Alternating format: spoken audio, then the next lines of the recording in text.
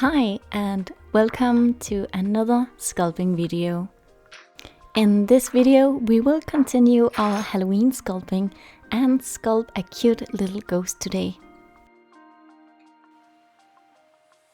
As always, I will be sculpting with monster clay, which I have preheated in the microwave beforehand. This way it's all soft and warm and very nice to work with. And if anyone should be curious, I am using medium hardness for this clay. So I hope you are very comfortable and are ready for a cozy sculpting video.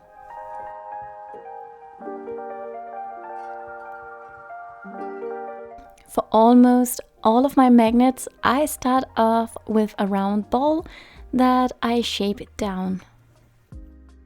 This way I can also have a better control of the size of my sculpt before I commit too much to it.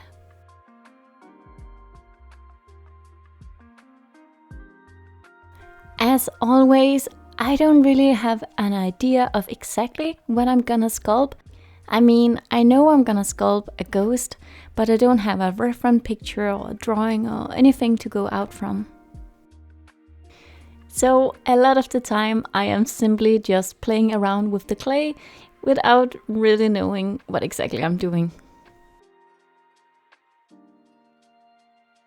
Some days I feel like I have a better understanding of what I need to do in order to end up with the result I want, and other days, like with this ghost, where I'm not really sure how I want it to look and how to end with a result. It's more like a surprise to me how it ends up turning out to be.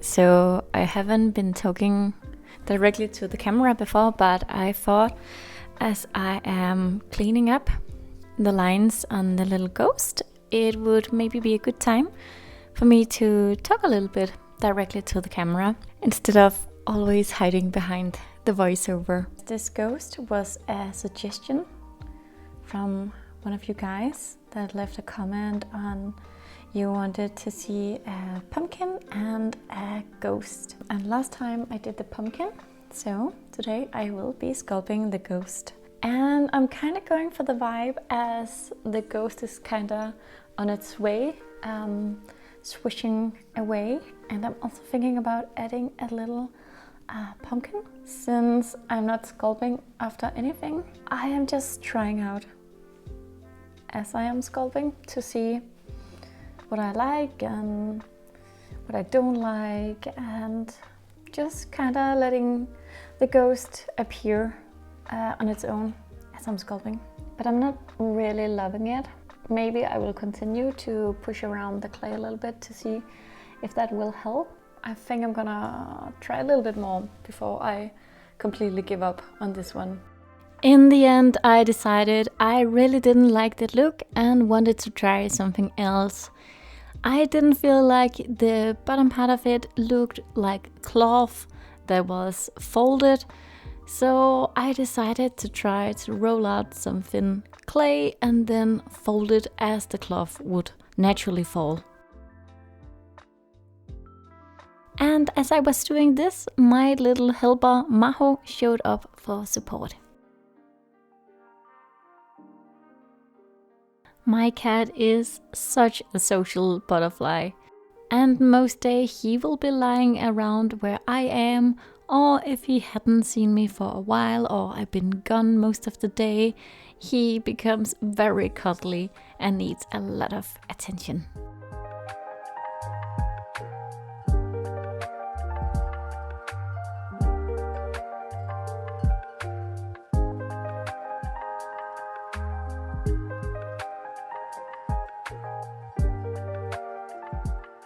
I preferred so much more this new look where I had folded the clay so it would look like the cloth. But in order to make it less bulky and the magnet not becoming too big, I had to get rid of quite a lot of the clay.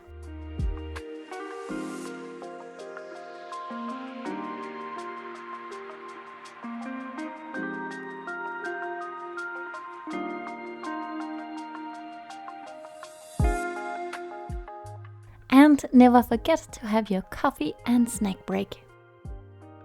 This made me think about that a lot of people prefer coffee or tea over one of the others. So I'm a little bit curious to what you prefer. Are you a definitely tea drinker or a hardcore coffee lover? Maybe you're like me and love both. But if I really only could drink one thing for the rest of my life, I would have to choose coffee. Even though tea has so many different flavors and I definitely enjoy a good cup of tea, but over the years I have definitely become picky with my tea, since now I only want to drink green or white tea, and I definitely prefer loose tea since I think black tea quickly becomes very bitter and the taste is not very nice. I also keep an eye on the temperature I boil for my tea, and I often keep a timer, especially if it's a white tea. So I guess I'm trying to say my casual tea days are long gone. But if you have any preference for tea or coffee, I am so curious to know what you like. Maybe there's something you always put in your tea, or maybe you always need milk in your coffee. I mean, I think we all have these small things for our preference when it comes to coffee or tea.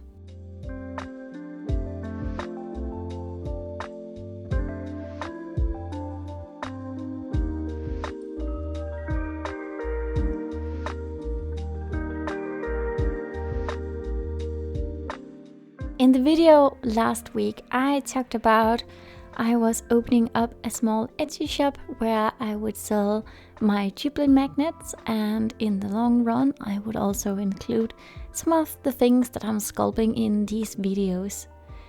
And the shop is up now, and my kind partner were so sweet to fake order one of my magnets in order for me to see how it looks like when an order goes in, and how am I to handle shipping and getting things out. And I am so glad I got to try it before a real order got in. Even though it was a fake order, and even though I had looked up how I was to handle shipping, it still felt very stressful when the order got in. So I'm very happy I got to try out everything with buying porto, packaging, and delivering the package to the post office. Now I feel so much more ready, and hopefully the stress will be a lot less when a real order gets in.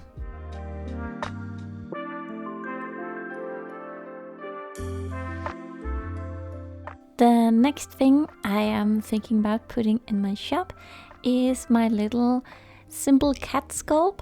And I still need a name for this sculpt, as I talked about in the last video. I haven't put the cat up yet because I am struggling to find an orange color that I think is fitting. The first I chose simply was too orange, and the second one was more like a curry kind of color. So once I have figured out a nice orange color that will fit the rest of the cats, and found out how to take some good product pictures, those will also join the shop.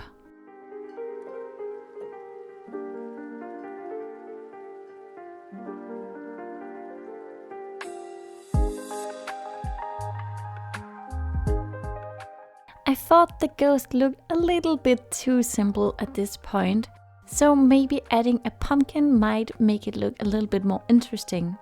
And I also thought it would look so cute that a ghost was just running by with a little pumpkin in its hands. Maybe it's going somewhere with the pumpkin, or maybe it's just something that it found on its way.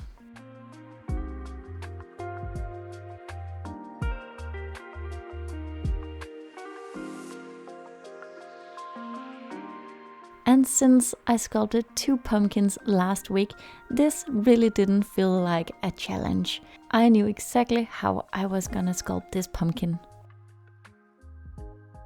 And even though I like a good sculpting challenge, sometimes it's very nice that you know exactly how you're gonna make something.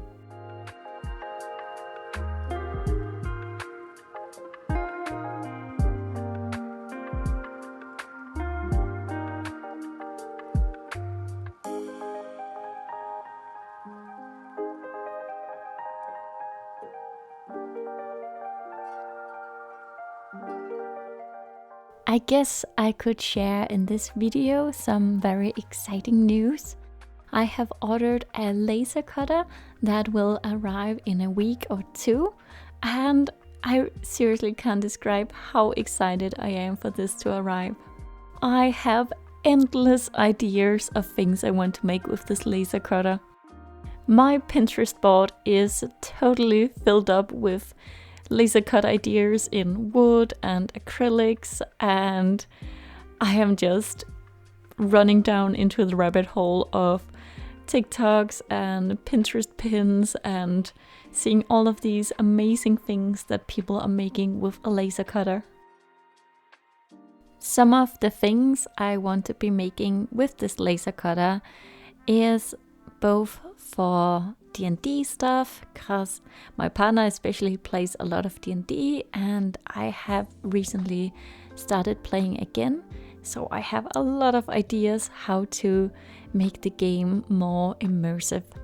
But as I have also mentioned before, I am also a cosplayer as a hobby, and this opens up for so many things that I can be adding for my cosplay skills.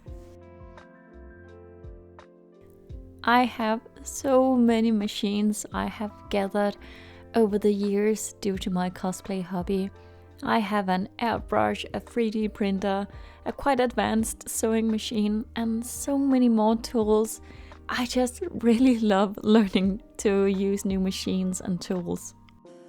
Cosplaying is definitely not a hobby for the faint of hearts, but if you're like me and love learning new techniques, new materials, new tools and machines, it is definitely the right hobby. I am so ready for this laser cutter to arrive. I have cleared out a whole table where it can stand, and yesterday I went to my local hardware store to see what kind of woods they had and acrylics. So when it arrives, I know what sort of materials are available and what kind of projects I can start right away on. One of the first projects I will be using the laser cutter for is to see if I can make it engrave my logo onto the small boxes I am using for shipping out my small magnets. After that, I simply have to try to use it on EVA foam. It's the type of foam that I use to make my props with, and currently I am working on a Kindred cosplay from League of Legends, and for this project it would be so much fun to see if it could cut out the shape of the bow in the foam for me, especially because round shapes are a total pain to cut out. But I think that's enough rambling from me about laser cutters, cosplay, sculpting, and coffee and tea. It also looks like our sculpt is almost done. It just needs a little bit of cleanup, which is what I always end up using way too much time on when I'm finishing a sculpt. I just finished the sculpt and it turned out so very cute. I had a much simpler idea in my head when I started, but the pumpkin just turned it so very cute. And I wanted to finish this video by talking to you guys. I have 3 videos left for Halloween, I think, and I am still very open for suggestions. If I don't get any, I have some ideas of making some more cats that are Halloween themed, but ideas are also very welcome. I'm having so much fun sculpting for Halloween. If you watched the video all the way till this point, I hope you had a cozy time watching me sculpt, and I really hope you will join me for another video. I will be posting a new video in a week because I post every Thursdays, so I really hope to see you then. But until that time, have a very lovely day. Bye!